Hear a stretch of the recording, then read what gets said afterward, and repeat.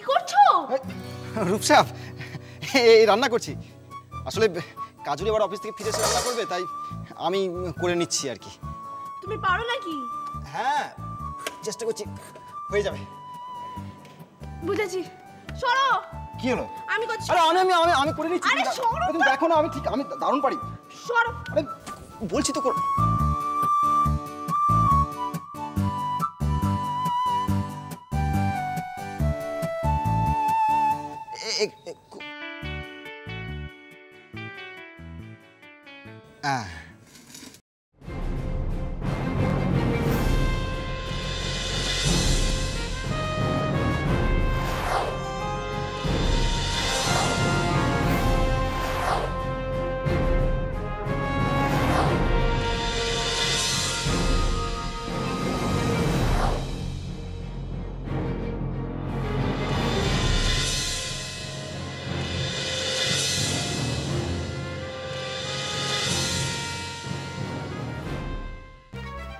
Press মিটের সব কাগজপত্র ready আছে? ও ইয়েস ম্যাম।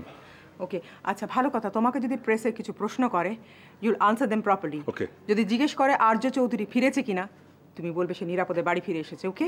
Yes ma'am. চল চল ম্যাম, একটা প্রশ্ন আছে। হ্যাঁ, আমরা যে লিফলেট দিচ্ছি আর্য ব্যাপারে, তাতে কোনো প্রবলেম হবে না তো? ইউ ডোন্ট ওয়ারি, আমি সামলে নেব। Let's go. আসুন।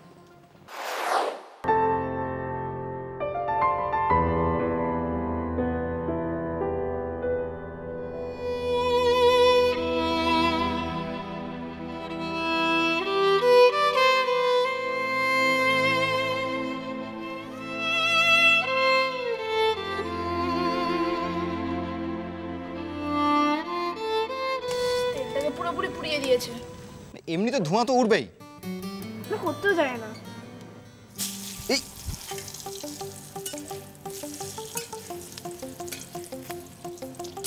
হা করে দেখছো কি?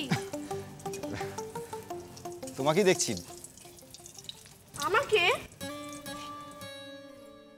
দেখছি যে একটা বাচ্চা মেয়ে পরিস্থিতির চাপে কি ভীষণ বড় হয়ে গেছে। তোমার তো এখন এভাবে থাকার কথা নয়।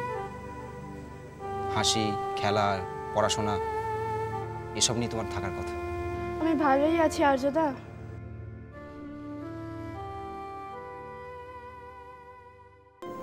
তাহলে আপনি আপনার ছেলেকে সাবধানে নিয়ে যান। ওকে কিন্তু এখন একটু সাবধানে রাখতে হবে। অশেষ ধন্যবাদ ডাক্তারবাবু, আপনি যে আমার ছেলেকে এত তাড়াতাড়ি সুস্থ করে দিলেন, যে কারণে আমি বাড়ি নিয়ে যেতে পারছি। Thank you, many thanks. না না, এটা তো আমাদের ডিউটি। কিছু অফিসিয়াল ফর্মালিটিস আছে, ওগুলো একটু মেনটেন করে চলে যান। ও শিওর শিওর, আমি এক্ষুনি যাচ্ছি, এক্ষুনি করে দেবো। তাহলে ঠিক আছে। ওকে স্যার, থ্যাংক ইউ, আমি যাচ্ছি এক্ষুনি। আচ্ছা ঠিক আছে। আসছি।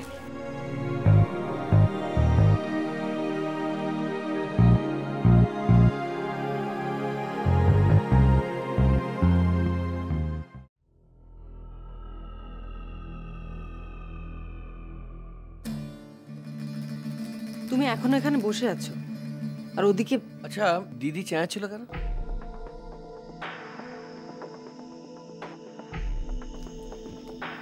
কেন আবার? ওই সুদীপ্তদা নীলকে নার্সিংহোম থেকে আনতে গেছে, সেটা অনুদির পছন্দ নয়। কেন সুদীপ্তদা যাবে সেটা একটা ইস্যু। সত্যি দিদি না? অদ্ভুত। আরে নিজের ছেলে সুস্থ হয়ে বাড়ি ফিরছে, তো মায়ের তো যাওয়া উচিত। সুদীপ্তদা যাচ্ছে বলে গেল না, সেই নিয়ে অশান্তি। আমি বুঝতে পারি না। তুমি আমার অবস্থাটা ভাবো। আমি কি করে সুদীপ্তদাকে বলি যে নীলকে আমি আনতে যাচ্ছি, তোমাকে আসতে হবে না? সত্যি। ও হ্যাঁ, আর বলবেই বা কেন তুমি? অদ্ভুত। তার ছেলে, সে যেতেই পারে। সেইটা তো দিদি বুঝতে চাইছে না। আমার খুব খারাপ লাগছিল সুদীপ্তদার জন্য, যখন নীলকে বাড়ির দরজায় এসে ছেড়ে দিয়ে চলে গেল।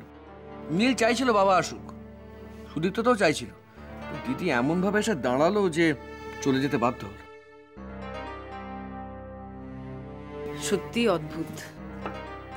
কাল রাতে অনুদি আমাকেও অনেক কথা শুনিয়েছে। দিদি আবার তোমায় কি বললো? অনুদির বদ্ধমূল ধারণা যে এই বাড়িতে যা যা খারাপ হচ্ছে, যা কিছু, সমস্ত কিছুর জন্য নাকি কাজরই দায়ী। বেচারি। আমি তো তোমার মতো বেচারি বলে থেমে থাকতে পারবো না। একটা মেয়ে তার সর্বস্ব হারিয়ে আমাদের কাছে এসেছে, ওর দুর্ভাগ্যের জন্য কি ও দায়ী বলো তো? কোথায় ওকে সবাই ভালোবাসবো, স্নেহ করব, তা না। না দিদি যে কেন এরকম করে ভগবান জানে। অথচ দেখো, নীলের জন্য যখন কাজরির কথা ভাবছিল তখন কিন্তু কাজরির মতো ভালো মেয়ে পৃথিবীতে হয় না। কি অদ্ভুত, সব হিসেব নিমেষের মধ্যে পাল্টে গেল না? আচ্ছা, নীল আবার দিদিকে সবকিছু বলে দেয়নি তো? আমি জানি না। দিদি এখন কোথায়? নীলের কাছে যায়নি তো? ঠাকুর ঘরে বসে আছে। ও, তবে একটা কথা বলছি তো, বলো। নীল যদি ওর বাবার হয়ে কিছু বলে থাকে, একদম ঠিক করেছে। আমি একদম ওকেই সাপোর্ট করি। যেটা ঠিক সেটা যদি কেউ দেরিতেও বোঝে, সেটা সব সময় ভালো। দেখে তুমি খেয়ে নাও, আমি আসছি।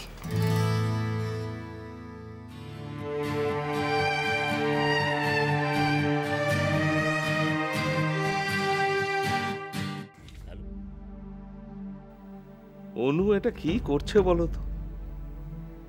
কেন? কেন মানে, আজ সুদীপ্ত যখন নীলকে নিয়ে এলো তখন ও যেরম চেঁচামেচি করলো, সেটা কি ঠিক? সুদীপ্তরই বা নীলকে নিয়ে এত আদিক্ষেতা করার কি দরকার ছিল? বাহ, অসুস্থ ছেলে, তার বাবা তাকে নার্সিং হোম থেকে বাড়ি ফিরিয়ে আনলো, এর মধ্যে বাড়াবাড়িটা কোথায় দেখলে? বাড়াবাড়ি নয় তো কি? হ্যাঁ, বাবা ছেলের জন্য এটুকু করবে না? বাবা কোনোদিন ছেলের কোনো দায়িত্ব নিয়েছে? আজ একবার বেশি বেশি। দেখো, এরম বলো না, আজ বেশি বেশি নয়। সুদীপ তো চিরদিনই নীল আর ফুলের জন্য করতে চেয়েছে, কিন্তু তোমার মেয়েই সারাক্ষণ বাধা দিয়ে গেছে। বাবা, আজ হঠাৎ তোমার জামাইয়ের প্রতি এত প্রেম হলো কেন? দেখো, এটা প্রেমের ব্যাপার নয়, জামাইয়ের প্রতি কোনো প্রেম নেই। আর তাছাড়া নীলও তো চাইছিল যে ওর বাবা ওর পাশে থাকুক। দেখলে না, ওই যখন অনুন সুদীপ্তের উপর চেঁচামেচি করছিল, নীল তোর বাবার হয়ে কথা বলল। তাই দেখলাম। আমি তো ভেবেই পাচ্ছি না নীল এরকম পাল্টে গেল কেন। পাল্টে গেল? পাল্টানো তো ভালো, আমরা তো পাল্টিয়ে দিতে পারিনি। সেই, আর তাতে যে একজন কষ্ট পাচ্ছে সেটা চোখে কেউ দেখছে না। দেখো সরোজ, আমি একবার বলছি না যে সুদীপ্তর কোনো দোষ নেই, নিশ্চয়ই ওর যথেষ্ট দোষ আছে, তবে অনুর এতটা বাড়াবাড়ি করার কোনো কারণ নেই। হ্যাঁ, আমার অনুরই তো সব দোষ। অনুকে কেউ বুঝতে চায় না। নীল যখন জানে সুদীপ্তকে এখানে প্রয়োজন নেই কোনো, তখন ওকে আনার দরকারটা কি ছিল? দেখো সরোজ, ধৃতরাষ্ট্রের মতো সন্তান স্নেহে অন্ধ না হয়ে মেয়ের দোষটাকে শুধরে দেবার চেষ্টা করো। অত আমি বুঝি না। আমি চাই আমার অনু ভালো থাকুক, ব্যাস।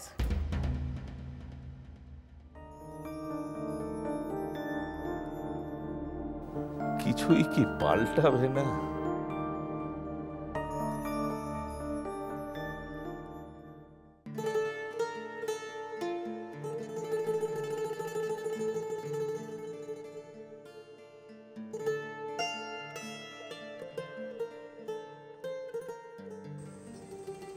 কি গো, অফিসে দেরি হয়ে যাচ্ছে না? হ্যাঁ, দাঁড়াও না, যাচ্ছি। আসলে আমি ভাবছিলাম আজকে একটু দেরি করে যাব। দেরি করে? কেন দেরি করে কেন? আসলে অফিসে সেরকম কাজের চাপ নেই। কাজরি, তাহলে কিন্তু অফিসে টাইমে যাওয়া দরকার। আর তাছাড়া এখন না বেরোলে অফিস টাইমে তো জ্যামে পড়ে যাবে। হ্যাঁ, দাঁড়াও না, বেরোচ্ছি। কটা বাজে দেখেছো? চলো চলো, এসো। এসো মানে? তুমি আবার কোথায় যাবে? চলো না, তোমাকে একটু মোড় পর্যন্ত এগিয়ে দিয়ে আসি। না, কোনো দরকার নেই। আর তাছাড়া তোমার তো শরীর খারাপ। ও কিচ্ছু হবে না, বাড়িতে একা বসে থাকতে ভালো লাগে, তুমি বলো। চলো চলো চলো, এসো।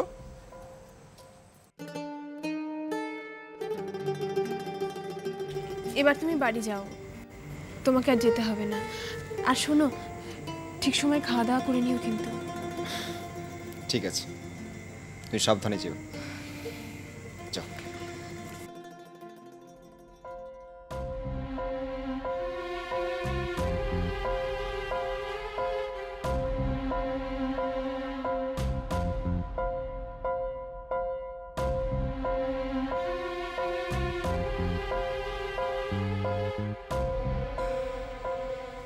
হ্যালো ম্যাডাম, আপনার সঙ্গে আমার একটু কথা আছে। আপনি? এ পাড়ায় নতুন তো, আলাপটা করা হয়নি, তাই চলে এলাম। ও হ্যাঁ, ভালো কথা, আমার নামটাই তো আপনাকে বলা হয়নি। আমার নাম হলো আসলাম, আপনাদের প্রতিবেশী বলতে পারেন। কোথাও বেরোচ্ছেন বুঝি? হ্যাঁ, কাজে। কি ভালো, সত্যি। এই নাহলে স্ত্রী। জানেন, যেসব মহিলারা পুরুষদের দুঃখ বোঝেন, আমি তাদের একদম পছন্দ করি। দাদার যে শরীরের অবস্থা, দাদা তো কোনো কাজকর্মই করতে পারছে না। আমি আসছি। দাঁড়া, কোথায় যাবে? সেই তো সারাদিন আপনার ঘোরাঘুরি কাজই। আমার সত্যি দেরি হয়ে যাচ্ছে। রাগ করলেন? আসলে কি জানেন, আমাকে সব খবর রাখতে হয়। কি? না, ওই যে দাদার খবর, আপনার খবর, দাদার শরীর খারাপ, বেরোতে পারছেন না, আপনি কাজ করছেন, এই সব আর কি। তাই আপনার কাজটাতে কি করতে হয়? কেন বলুন তো? ও বলবেন না, ঠিক আছে। তবে দেখুন, এই আপনাকে করতে হয় না জানলেও আমি আপনাকে এটুকু বলতে পারি যে আপনি যে কাজটা করছেন তাতে একটা ভালো কাজ আমি আপনাকে দিতে পারি। আমার দরকার নেই। রাগ করবেন না। দেখুন, আপনি যে সুন্দরী এটা তো অস্বীকার করতে পারেন না, আর আপনার মতো সুন্দরী একজন মহিলাকে সাহায্য করতে পারলে আমার ভালো লাগবে। দেখুন, আমার সত্যি দেরি হয়ে যাচ্ছে, আর তার থেকেও বড় কথা, আমার কাছে অলরেডি একটা কাজ আছে। হ্যাঁ, আমি জানি তো আপনার কাছে একটা কাজ আছে আর আপনি সেটা করছেন, কিন্তু আমি যে কাজটার কথা বলছি সেটা আপনাদের মতো সুন্দরী মেয়েদের জন্য খুব ভালো, মানে খুব সুযোগ আছে, আপনি কাজটা করতে পারেন। আমি প্রথমেই আপনাকে বলে দিয়েছি আমার দরকার নেই। আচ্ছা, এই কাজটার কথা আপনি আর আমি ছাড়া তো কেউ জানবে না। আপনি যেমন কাজে বেরোচ্ছেন তেমনি বেরোবেন, তো মাঝখান থেকে ওই টাকার অঙ্কটা অনেক আমার দরকার নেই আছে। আপনার যে দরকার আছে সেটা আমি জানি, কিন্তু আপনি স্বীকার করছেন। বেশ, আমি তো রইলাম, দরকার হলে বলবেন। একটা কথা মনে রাখবেন, আমি আপনার সঙ্গে আছি, প্রতিবেশী তো। বাবা, কি তাড়া!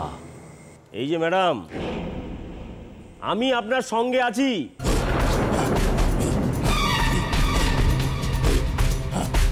দরকার হলে বলবেন।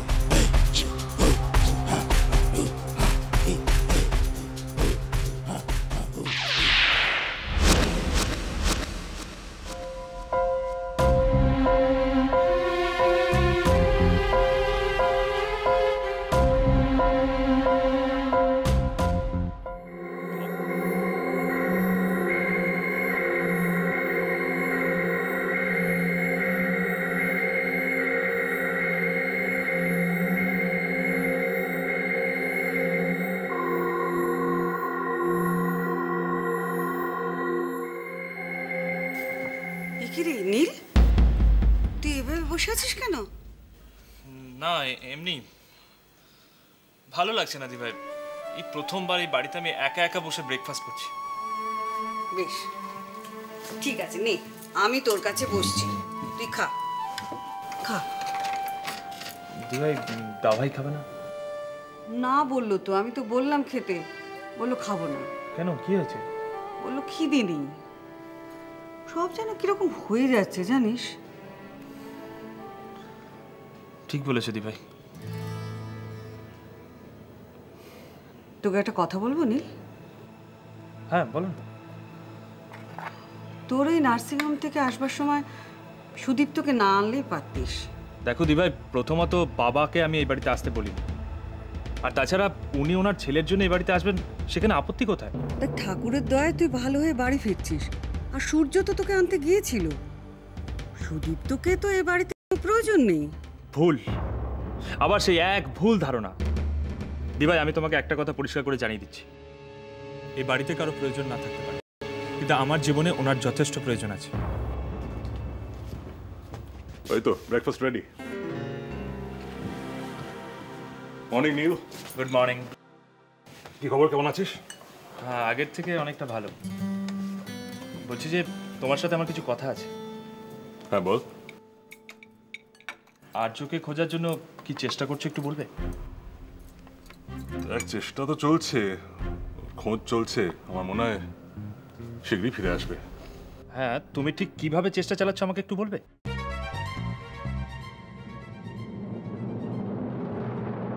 দেখো নীল, তোমাকে বলতে আমি বাধ্য নই, তবু আমি বলছি আর্য শীঘ্রই ফিরে আসবে। তার মানে তুমি জানো যে আর্য কোথায় আছে?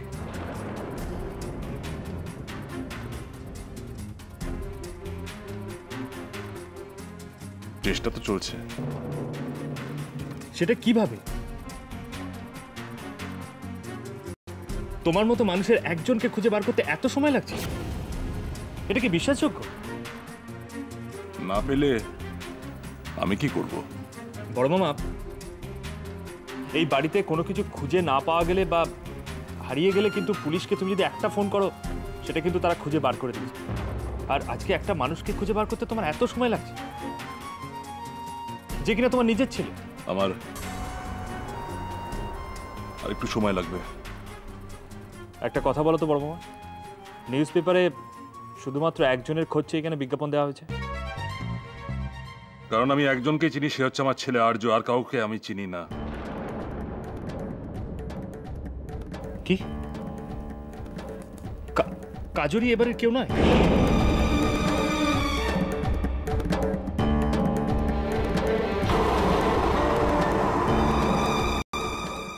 ম্যাডাম, কিছু মনে করবেন না, আপনার চাকরিটা কি খুব ঘোরাঘুরির চাকরি? না, দেখে মনে হচ্ছে সারাদিন খুব ঘোরাঘুরি করেছেন, খুব ক্লান্ত লাগছে। তুমি একটু ফ্রেশ হয়ে নাও, যাও। না, আমি ঠিক আছি। কাজরি, তোমার গলার চেনটা কোথায়?